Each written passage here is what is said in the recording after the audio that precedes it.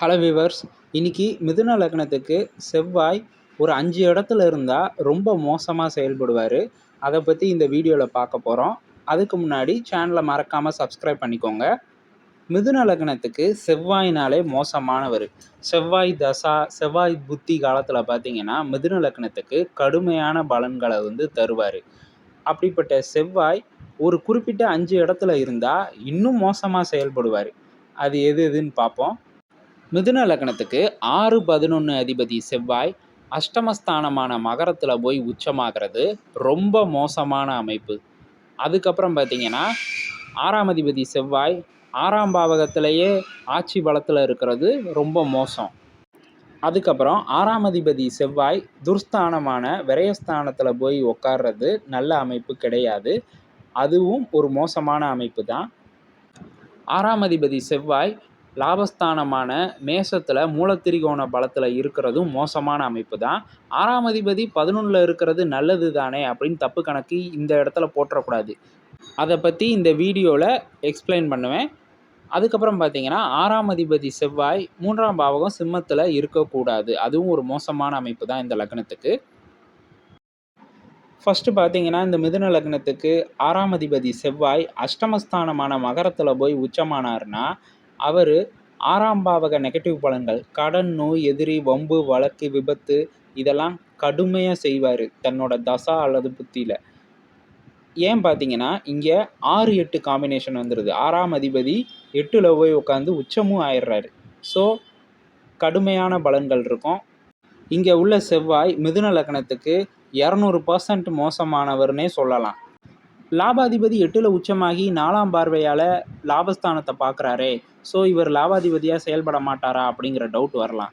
மிதுன லக்னத்துக்கு 8ல் உச்சமாகிற செவ்வாய் 6ஆம் பாவக நெகட்டிவ் பலனை தான் தூக்கலாக தருவார்.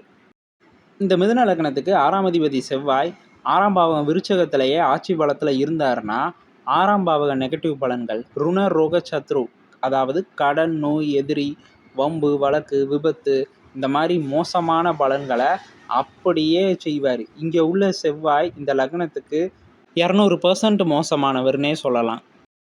இந்த மிதுன லக்னத்துக்கு 6ஆம் அதிபதி செவ்வாய், அதாவது துர்ஸ்தான அதிபதி செவ்வாய் இன்னொரு துர்ஸ்தானமான 12ல் போய் இருக்கிறதும் மோசமான அமைப்பு தான். அதுவும் இங்கே விரயஸ்தானத்தில் உள்ள செவ்வாய் தன்னோட நேர் பார்வையால் 6ஆம் பாவகத்தையே தொடர்பு கொள்வார். அதனால் 6ஆம் பாவக பலனை தான் தூக்கலாக தருவார். அதுவும் கடன் மூலம் விரயம் இந்த மாதிரி நெகட்டிவ் பலன்கள் தூக்கலாக இருக்கும். இந்த மிதுன லக்னத்துக்கு செவ்வாய் 6ஆம் அதிபதி செவ்வாய் லாபஸ்தானமான 11ல் மூலத்திரிகோண பலத்தில் இருக்கிறதும் ஒரு நெகட்டிவான அமைப்பு தான். 6ஆம் அதிபதி 11ல் இருக்கிறது நல்லது தானே, பாவத்பாவ விதிப்படி 6க்கு சஷ்டாஷ்டகமாக 11ல் போய் இருக்காரு, இது நல்ல அமைப்பு தானே அப்படின்னு தப்பு கணக்கு போற்றக்கூடாது. இங்கே 11ல் மூலத்திரிகோண பலத்தில் உள்ள செவ்வாய் தன்னோட 8ஆம் பார்வையால் 6ஆம் பாவகத்தை பார்த்து 6ஆம் பாவக நெகட்டிவ் பலன்களையும் செய்வார். எப்போயுமே ஒரு லக்னத்தோட பிரதான அவயோக கிரகம் ஸ்தான பலத்தில் இருக்கவே கூடாது. அந்த அடிப்படையில் புதனோட மிதுன லக்னத்துக்கு செவ்வாய் லாபஸ்தானத்தில் மூலத்திரிகோண பலத்தில் இருக்கிறது நல்ல அமைப்பு கிடையாது. பிரதான அவயோக கிரகம் உபஜயஸ்தானமான 11ல் இருக்காருங்கிற விதி இங்கே செல்லுபடி ஆகாது. இந்த புதனோட மிதுன லக்னத்துக்கு 6ஆம் அதிபதி செவ்வாய் 3ஆம் பாவகத்தில் இருந்தாலும் அவர் 6ஆம் பாவக கடன், நோய், எதிரி, வம்பு, வழக்கு இந்த மாதிரி துர்பலன்களை செய்யத்தான் செய்வார். அதுக்கு காரணம் என்னன்னு பார்த்தீங்கன்னா இந்த 3ல் உள்ள செவ்வாய் தன்னோட 4ஆம் பார்வையால் 6ஆம் பாவகத்தை பார்ப்பார்.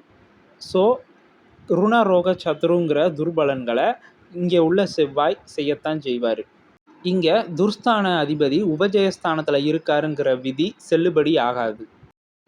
ஸோ இந்த மிதுன லக்னத்துக்கு மேசம், ரிஷபம், சிம்மம், விருச்சகம், மகரம் இந்த 5 இடத்துல உள்ள செவ்வாய் ரொம்ப மோசமானவருங்கிறது ப்ரூவ் ஆகுது. இந்த இடத்துல செவ்வாய் இருந்து தசா அல்லது புத்தி நடத்தினார்னா லக்னாதிபதி புதன் பலமாக இருந்தால் தாங்கிக்கலாம். அதாவது லக்னாதிபதி புதன் மிதுனத்திலே ஆட்சியாக இருந்தாலோ அல்லது கன்னியாவில் உச்சமாக இருந்தாலோ செவ்வாய் தர்ற நெகட்டிவ் பலனை தாங்குற அளவுக்கு பலம் இருக்கும்.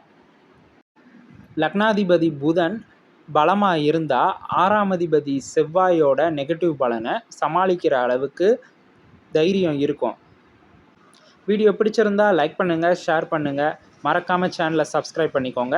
ஜாதகம் பார்க்க விருப்பப்பட்டீங்கன்னா ஸ்க்ரீனில் தெரிகிற வாட்ஸ்அப் நம்பருக்கு கான்டாக்ட் பண்ணுங்கள். தேங்க்ஸ் ஃபார் வாட்சிங்.